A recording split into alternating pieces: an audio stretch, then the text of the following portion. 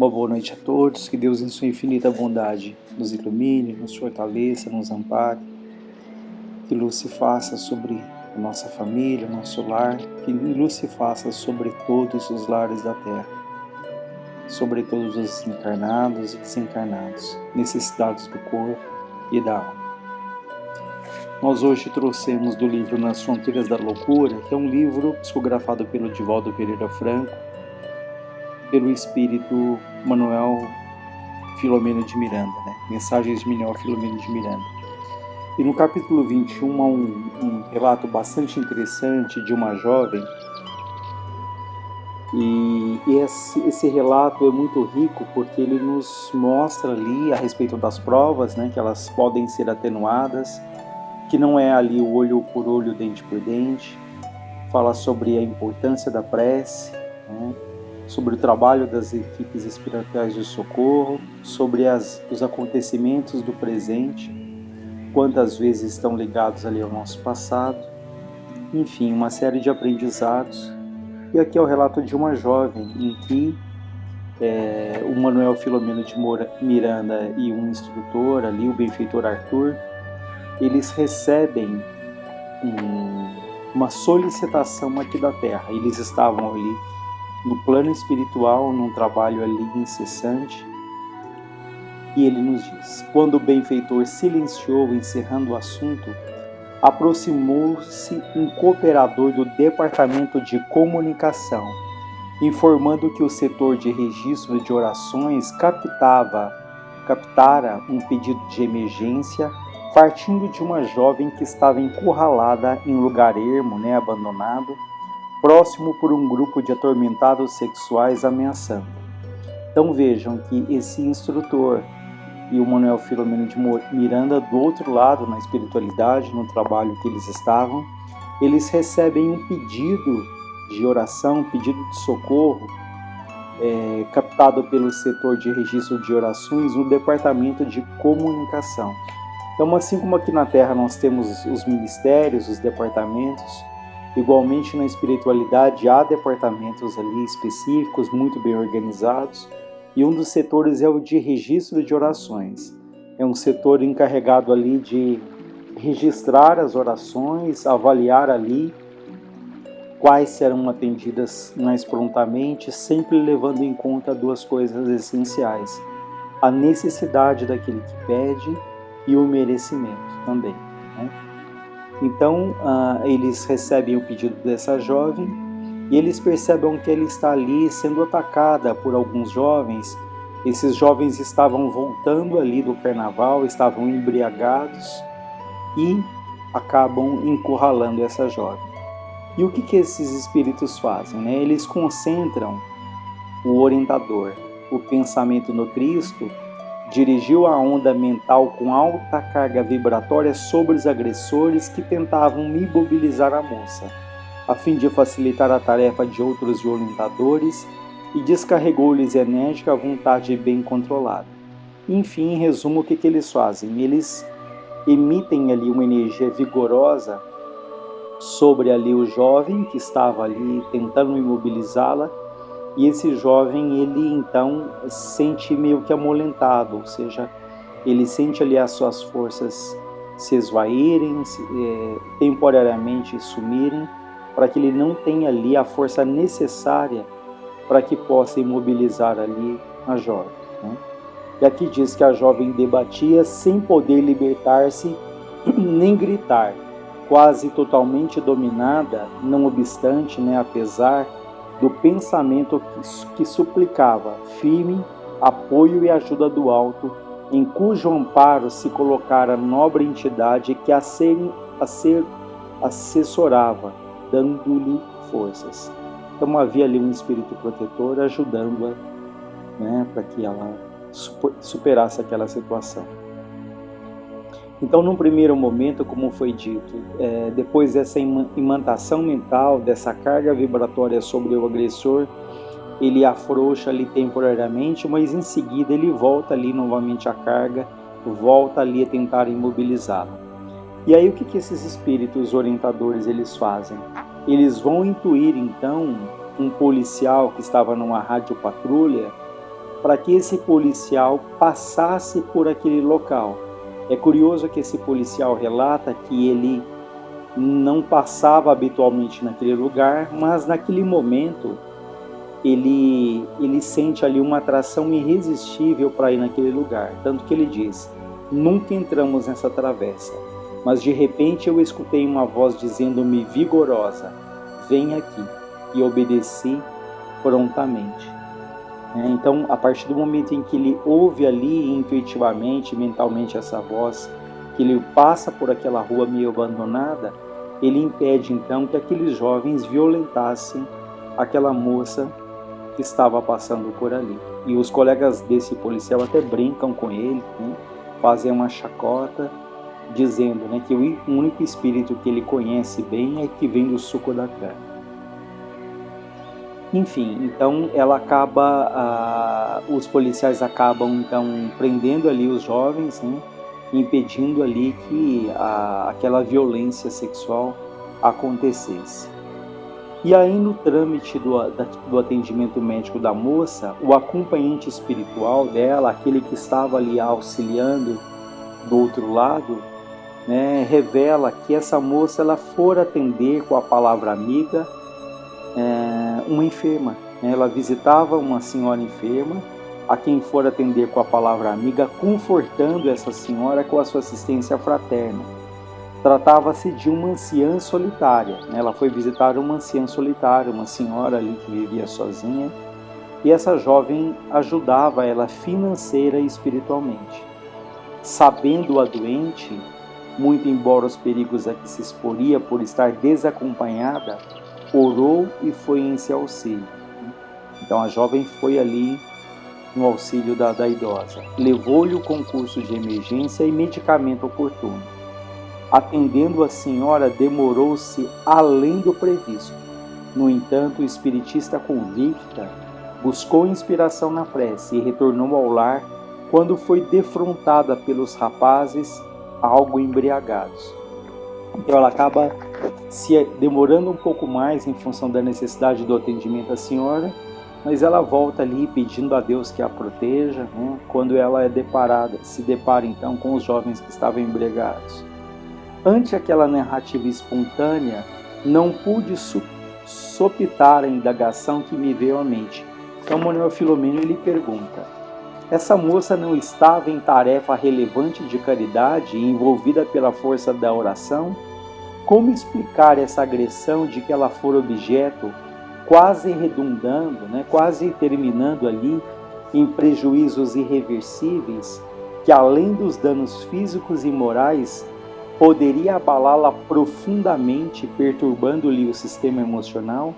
Ou seja, se ela estava ali tão dedicada num trabalho ali de desprendimento, de auxílio, de caridade, por que ela acabou se submetendo, ou sendo submetida a uma situação tão grave que, se concretizasse, poderia trazer para essas jovens ali traumas psíquicos e emocionais bastante severos?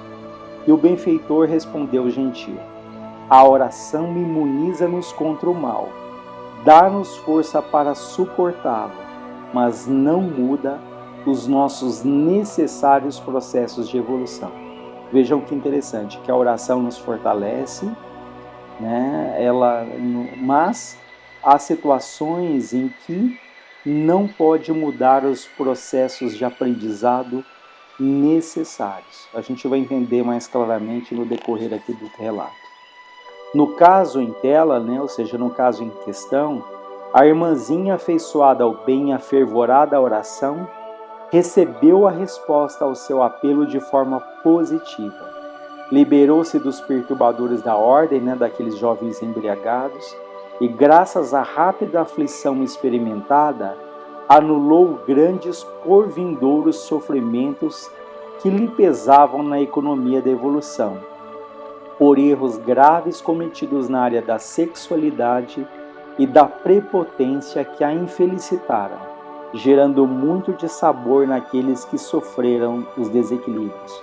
Então vejam que ela trazia ali do passado muitos erros na área da sexualidade, a sexualidade mal canalizada, mal direcionada, e também da prepotência, né? E ela continua dizendo: sinceramente consciente da necessidade de depuração ante a luz do conhecimento espírita que lhe vitaliza o ser, ela dispôs-se à renovação pelo amor e pela ação do trabalho edificante, granjeando, conquistando méritos para ter mudado os fatores kármicos da atual existência. Então vejam que ela veio ali pelos erros da sexualidade, da prepotência do passado, ela veio sujeita a passar por essa situação tão difícil. Mas pelo trabalho dela, pelo mérito dela, pela conduta dela nessa existência, ela teve o seu sofrimento abreviado. Ou seja, aquilo que falamos no início. Não é ali o olho por olho, dente por dente. Mas há uma frase que ajuda a esclarecer isso, que diz que um gesto de amor cobre uma multidão de erros. Então nós podemos, apesar dos nossos erros ali difíceis do passado, pela bondade de Deus, nós podemos ter as nossas provas atenuadas. Então vejam que no caso dela, ela veio sujeita a passar por uma situação tão difícil, mas por mérito, ela teve ali bastante abreviada, porque aquela violência sexual, ela não se concretizou, o que poderia gerar para ela ali graves consequências, como foi dito, psíquicas e emocionais também. Então, olha, pelo teor mental e alta dose de sincera unção da prece, ou seja, a prece que ela emitiu estava carregada ali de muito sentimento, de muita fé, Os sensores de seleção de rogativa, ou seja, os aparelhos altamente especializados que selecionam essas preces, registraram seu apelo que mereceu atendimento, e porque ela de conduta reta faz jus à assistência do protetor espiritual que a atendeu até a nossa chegada. Então vejam que até que esse espírito orientador e o Manuel Filomeno chegassem no local, já existia um espírito ali desencarnado dando o suporte necessário a ela. Sintetizando, resumindo, no momento de provação bem suportada, graças aos valores que já lhe pesam positivamente, graças aos valores que ela conquistou, ela liberou-se de largos testemunhos de dor e sombra no futuro. Observe, o amigo, que nem todos os que são surpreendidos em circunstância deste teor conseguem sair ilesos, o que a situa em excelente condição, ou seja, muitos que poderiam estar submetidos à mesma situação, talvez não sairiam ilesos, talvez não tivessem aí um amparo tão grande, porque talvez não tivessem o merecimento, porque lembrem que essa jovem nessa vida, ela ali desenvolve um trabalho no bem, caridoso, isso gerou para ela méritos, créditos, que impediram que aquela situação tão grave então se consumasse. O amor anula os erros e pecados, preparando o ser para testado, superar os impactos desagregadores do comportamento sadio. Então ela acaba ali, pela atitude dela, tendo ali tanto auxílio, tanto amparo. Do homem sempre depende o resultado dos seus empreendimentos, mesmo quando sob inspiração das forças negativas que tentam levá-lo à queda ou dos emissários do bem que o propelem para a conquista da evolução. Em verdade, nenhuma rogativa honesta, nenhuma prece, nenhum pedido honesto dirigido ao Senhor fica sem resposta de socorro imediato. Quiçá não chegue na forma que se pretende, mas conforme é de melhor para o necessitado, o que expressa o grau da sabedoria que responde. Ou seja, todos os nossos apelos, eles são ouvidos, mas nem sempre a resposta vem da maneira como nós gostaríamos, da maneira como nós desejamos. Então, muitas vezes, vem de outra maneira, até de uma aparente decepção, mas que ali Deus, na sua infinita sabedoria, sabe exatamente em que momento as coisas acontecem, de que maneira as coisas acontecem, mas sempre elas vão acontecer de acordo com a nossa necessidade, com o nosso merecimento. Nem sempre será o mais agradável, mas aquilo que acontecer ali pela sabedoria de Deus será o melhor para o nosso espírito. Então nós devemos pedir sempre nas nossas orações, não que os nossos pedidos eles sejam todos atendidos, mas pedindo ali a força, a sabedoria, pedindo ali a serenidade, mas acima de tudo pedindo aquilo que dizemos no Pai Nosso, que a vontade de Deus seja cumprida, né, que tenhamos a lucidez para compreender essa vontade, porque Deus, na sua perfeição e no amor infinito que Ele tem por cada um de nós, Ele sabe exatamente aquilo que cada um precisa. É por isso que não comparemos a nossa vida com a dos outros, porque cada um tem ali a sua trajetória, cada um tem um passado diferente, cada um tem uma história diferente, e cada um ali vai receber de acordo com o que Deus melhor aprover, naquilo que for melhor para o nosso crescimento. Então por isso que ele fala que nenhuma rogativa honesta fica sem essa resposta. Ele diz ainda: felizes aqueles que pedem ajuda, sem orientar o tipo e a forma de auxílio que desejam receber, orando pura e simplesmente, numa confiante entrega total de amor e de fé. Ou seja, felizes aqueles que pedem um auxílio, mas não determinam, olha, eu quero que isso aconteça no tempo que eu desejo, mas aqueles que pedem e entregam ali a Deus com fé e confiança. Aquela frase que diz que nós devemos semear, nós devemos plantar, fazermos aquilo que está ao nosso alcance, mas a colheita, essa nós colocamos nas mãos de Deus. Então, a partir do momento que fazemos ali o nosso melhor, nós vamos procurando confiar que as sementes elas vão germinar, que a colheita vai acontecer no tempo e nas condições que Deus melhor ali achar que é para cada um de nós. Enfim, eu acho que é um relato bastante interessante, então que mostra que não é o olho por olho, dente por dente. Ele retrata então esse trabalho incessante, que assim como aqui na Terra nós temos equipes especializadas de socorro, do outro lado igualmente há essas equipes, né, que montam postos de amparo, de auxílio, que as nossas preces todas elas são ouvidas e que são atendidas, como foi dito, de acordo com a necessidade e com o merecimento, né? Enfim, é um trabalho incessante que se desenvolve do outro lado, né? E que, mais uma vez, reforçando que o nosso presente e muitas coisas que acontecem, se elas não têm a causa na vida atual, elas estão ligadas no passado. E dentro desse contexto, muitas vezes nós atraímos situações difíceis porque esses erros do passado eles ficam gravados no nosso perispírito, né? Nas células ali do nosso perispírito. Por isso que nós vamos vir sujeitos a passar por determinadas situações.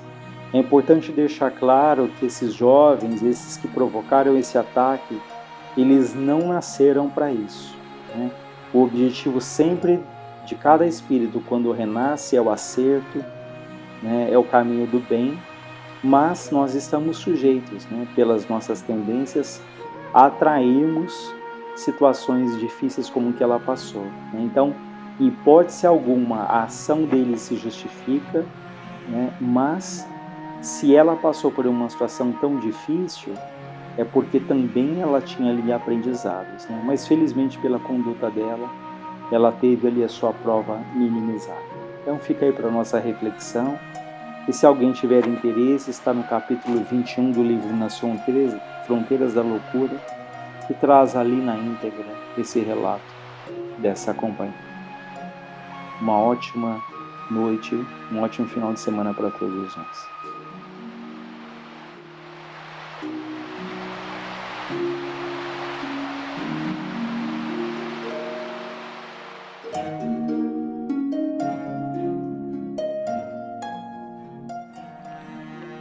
Boa noite, amado Mestre Jesus. Mais uma vez aqui estamos reunidos em Teu nome, que possamos fazer por onde merecer tanto amparo, tanta ajuda, tanto esclarecimento. Nossa gratidão à luz dessa doutrina maravilhosa e essa casa abençoada sob a condução do querido Frei Fabiano de Cristo. Que assim seja, Pai querido, graças a Deus. Hoje nós vamos ver uma passagem que está no Novo Testamento, uma parábola chamada Parábola dos Dois Filhos. No último sábado, na sessão presencial, eu trouxe também essa parábola. E como ela tem bastante ensinamentos e a dinâmica da sessão presencial é diferente dessa sessão online, eu achei interessante também trazer esse texto, só que agora com uma abordagem de Emmanuel. Na sessão foi feita uma abordagem de Vinícius. Eu vou fazer alguns comentários, mas eu vou iniciar lendo a parábola, então Parábola dos Dois Filhos, que está em Lucas, capítulo 15, versículos 11 a 31. Então está no Novo Testamento. A tradução que eu vou ler é do Haroldo Dutra Dias. E aí, na sequência, nós vamos para Palavras de Vida Eterna, de Emmanuel. Então, vamos lá. Parábola dos Dois Filhos. Algumas pessoas conhecem como sendo a parábola do filho pródigo, mas ela se chama a Parábola dos Dois Filhos. Ela traz 3 personagens: o pai, o filho mais velho e o filho mais novo. Nós temos que olhar para ela, porque ela é muito rica, traz muitas mensagens. Por isso que eu quis trazer também para essa sessão de sexta-feira. Vamos lá. E disse: certo homem tinha 2 filhos. O mais novo deles disse ao pai: pai, dá-me a porção que me cabe da propriedade. Ele repartiu os recursos entre eles. Então aqui, uma situação comum, corriqueira, que pode acontecer nos nossos dias, né? Lembrando que as parábolas, elas são cheias de ensinamento e são extremamente atuais. Então, um pai, sim, pode, um pai ou uma mãe, repartir os seus bens ainda em vida e dá-los aos seus filhos, como forma de doação, às vezes como usufruto. Então, o pai atendeu ao pedido do filho mais novo e repartiu a herança entre eles. Não muitos dias depois, reunindo todas as coisas, o filho mais novo ausentou-se do seu país para uma região distante e lá dissipou a propriedade, vivendo dissolutamente. Então, ele parte para um outro país, vai viver, né? E dessa forma como é colocado, ele acabou perdendo todos os recursos que ele herdou, né? Porque ele vivia dissolutamente. Inclusive, o Haroldo, ele traz essa palavra, né, como sendo de forma libertina, com devassidão, que ele gastou esse dinheiro. Depois dele gastar todas as coisas, houve naquela região uma fome severa, e ele começou a passar necessidade. E partindo, associou-se a um dos cidadãos daquela região, que o enviou aos seus campos para apacentar porcos. Ele desejava saciar-se com as alfarrobas que os porcos comiam, mas ninguém lhe dava. Então ele perdeu tudo, ele teve que ir trabalhar. Foi trabalhar cuidando de porcos. E mais uma vez o Haroldo coloca que essa fruta, né, a alfarroba, ela é conhecida pelas pessoas comerem, né, como estão passando necessidades severas, né, em extrema penúria. Então, quando ele coloca que, né, nem as alfarrobas ele conseguia, é porque realmente ele estava numa situação ali extrema de fome e de miséria. Mas, caindo em si, disse: quantos assalariados do meu pai têm abundância de pães, e eu aqui pereço de fome? Após levantar-me, irei ao meu pai e lhe direi: pai, pequei contra o céu e diante de ti. Não sou mais digno de ser chamado teu filho. Faze a mim como um dos teus assalariados. Então, ele teve ali uma conversa, né?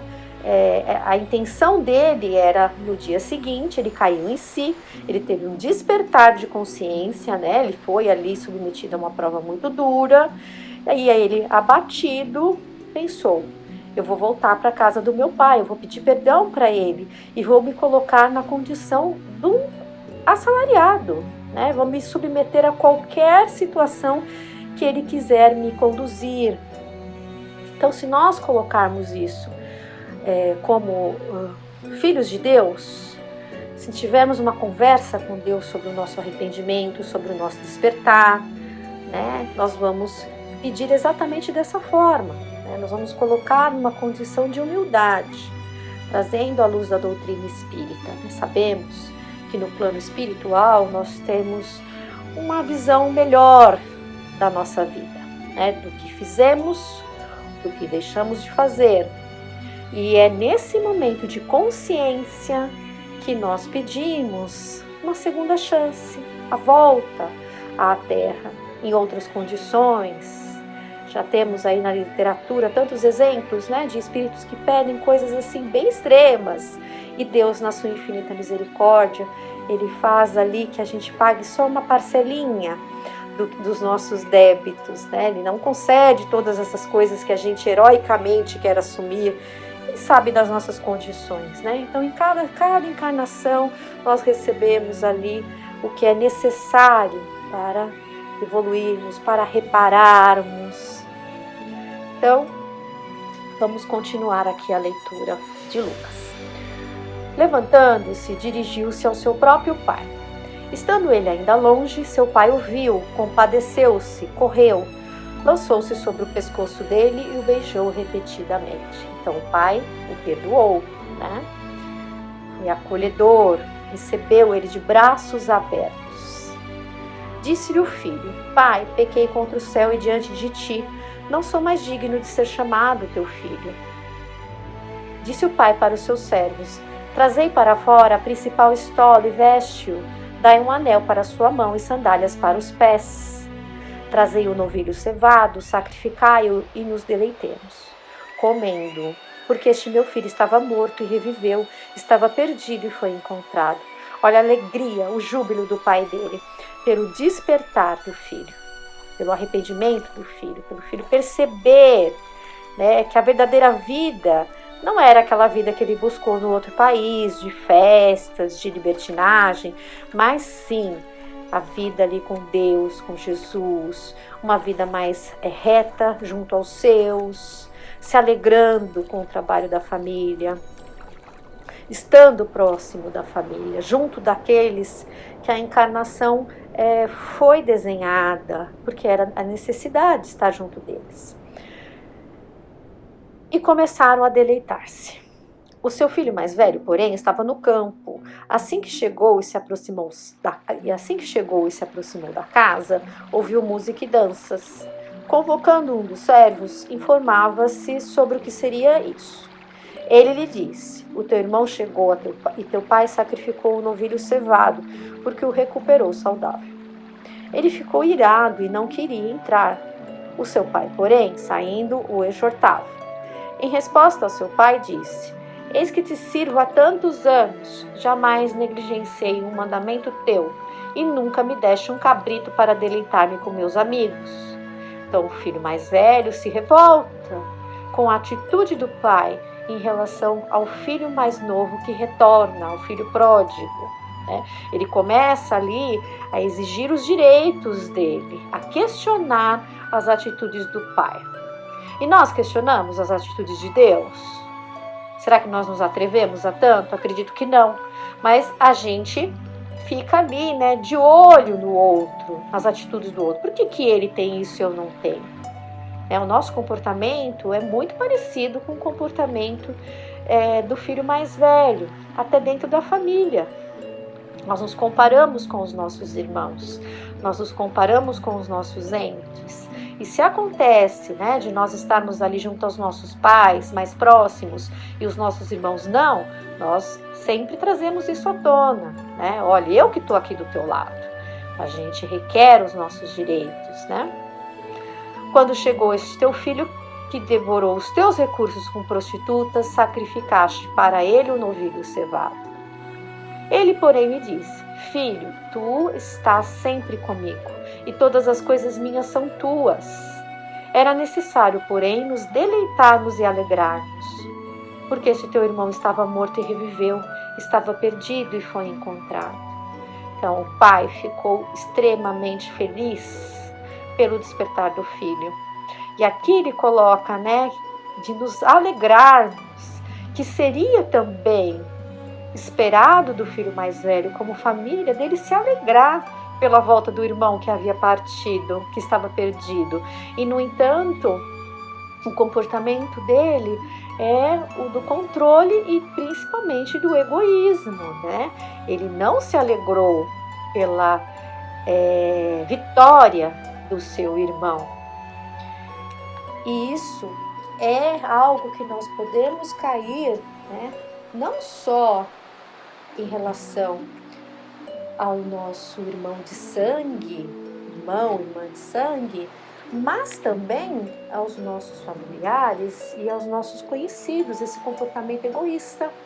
Às vezes a pessoa está ali numa situação muito difícil, é um espírito mais endurecido, não consegue enxergar, né, a situação que se encontra, e de repente essa pessoa desperta, ela começa a mostrar sinais que ela quer mudar, que ela quer melhorar, que ela quer aprender, e tudo que ela precisa é uma segunda chance.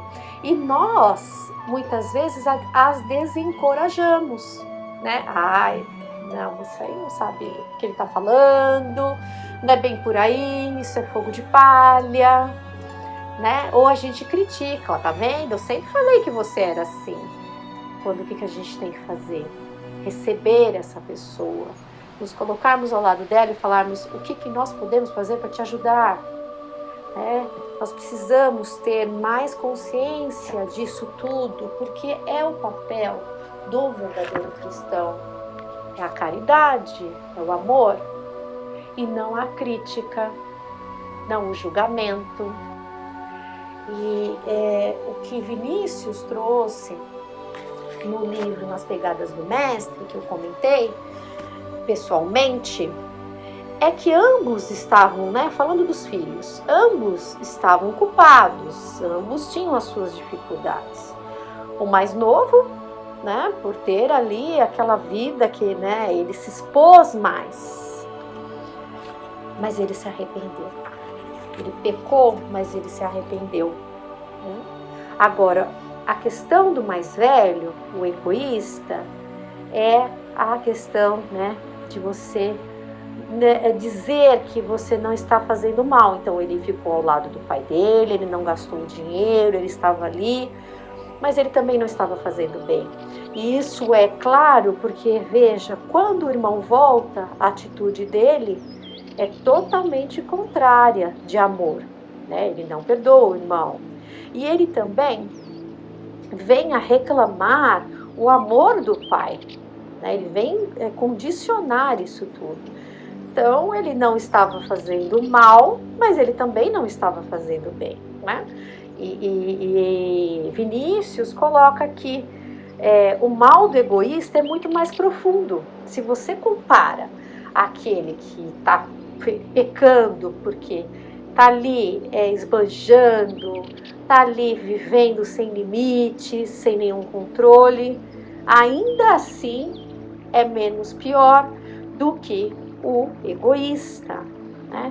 Porque o egoísta, ele não tem virtudes, ele não mata, porém é capaz de arriscar um fio de cabelo para salvar alguém, não rouba, mas também não dá, não jura falso, mas não se abalança ao mais ligeiro incômodo na defesa do inocente. Seus atos e atitudes são invariavelmente negativos. Tais pecadores acham-se, por isso, mais longe de Deus que os demais, apesar das aparências denunciarem o contrário, né? Então, ali, o mal é a ausência do bem. A aparência, num primeiro momento, é a gente pensar, mas o errado é o filho que foi embora e gastou todo o dinheiro do pai, não quis saber do seu pai, se afastou dele, e depois, quando ele já não tinha mais dinheiro, quando ele passou fome e necessidade, ele voltou para casa. Normalmente a gente pensaria assim, e o certo seria o filho que esteve todo o tempo. Mas por que ele esteve todo o tempo? Porque ele também não teve coragem de fazer o bem, né? Então, eu vou deixar também essa mensagem para quem quiser lê-la com mais calma, mas hoje nós vamos falar sobre a abordagem de Emmanuel sobre essa parábola. Então, livro Palavras de Vida Eterna, pelo Espírito Espírito de Emmanuel, é uma psicografia do Chico. Emmanuel, a riqueza dessa parábola é tão grande que ele traz 2 textos para falar sobre ela. É a mensagem 97, pai e amigo, aqui vamos ler, e na sequência tem a mensagem 98, que é filho e censor. Então, para deixar claro, né, a gente tenta limitar a bondade dos outros, a gente tenta controlar a vontade dos outros, né? E quando o necessário, o esperado para nós espíritas, é que um ajude ao outro, independentemente do nosso grau de relação, independentemente do que tenha sido feito pelo outro, que nós nos ajudemos, que nós estendamos as nossas mãos, que nós nos libertemos do egoísmo, tão ainda enraizado em nossos corações. Agora vamos ver o enfoque com relação ao pai. Pai e amigo. E, levantando-se, foi para o seu pai. E quando ainda estava longe, o pai chegou a vê-lo. Moveu-se de íntima compaixão e, correndo, lançou-se-lhe ao pescoço e o beijou. Jesus. Lucas capítulo 15, versículo 20. É possível que essa ou aquela falta te sombreie o coração, impelindo-te ao desânimo. Anseias respirar a fé pura, entregar-te aos místeres do bem, contudo trazes remorso e tristeza. Dissipaste as forças da vida, extraviaste votos santificantes, erraste, caíste na negação, qual viajor que perdesse a luz. Entretanto, recorda a providência divina e reergue-te.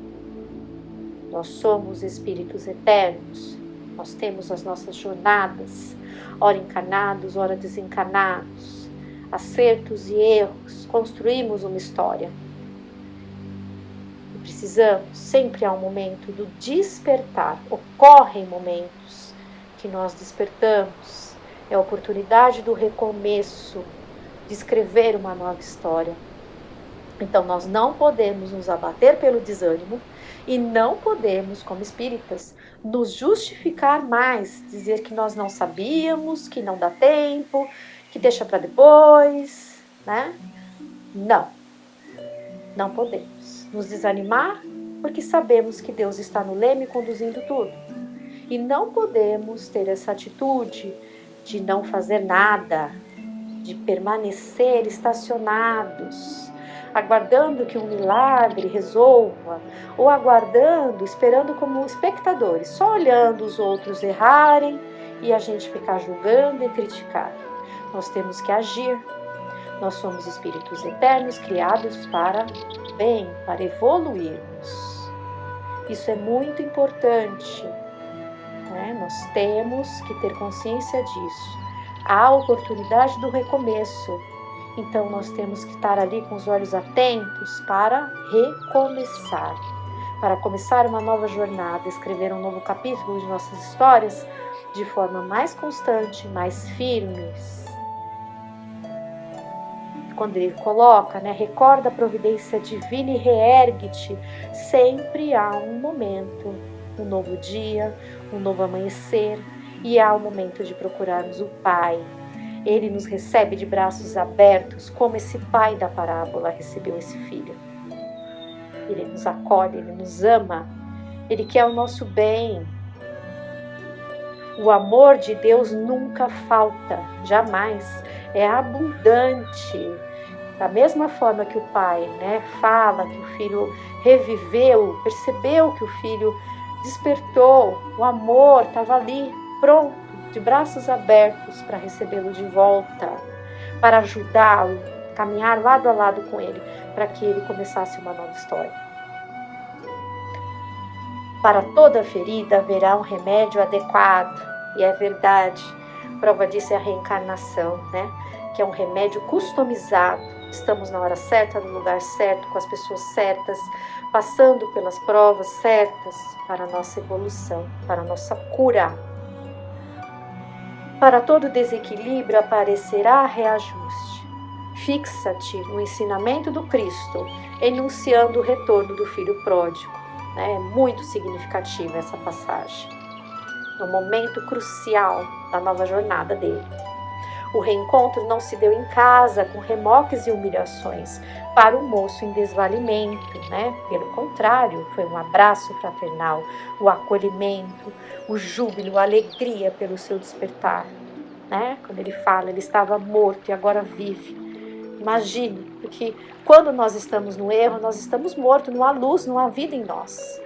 E quando nós estamos ali conscientes, a luz em abundância dentro de nós, é uma alegria interior. Assinalando no caminho de volta, e quando ainda estava longe, o pai, ao vê-lo, moveu-se de íntima compaixão e, correndo, lançou-se-lhe ao pescoço e o beijou. O pai não esperou que o filho se penitenciasse de rojo, não exigiu escusas, não solicitou justificativas e nem impôs condições de qualquer natureza para estender-lhe os braços. Apenas aguardou que o filho se levantasse e lhe desejasse o calor do coração. Vejam, não havia necessidade de dizer nada. A linguagem do amor puro é outra, né?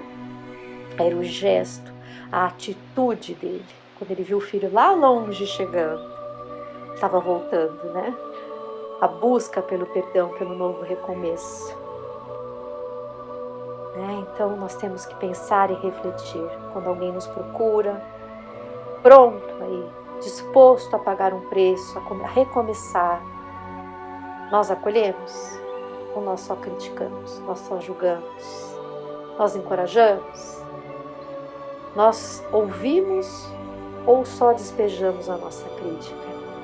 Como Emmanuel traz, ele não falou nada, ele apenas abraçou o filho dele.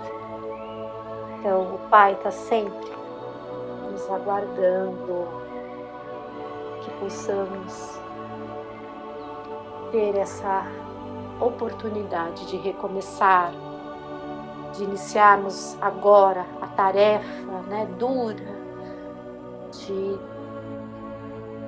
Ele nos elevarmos.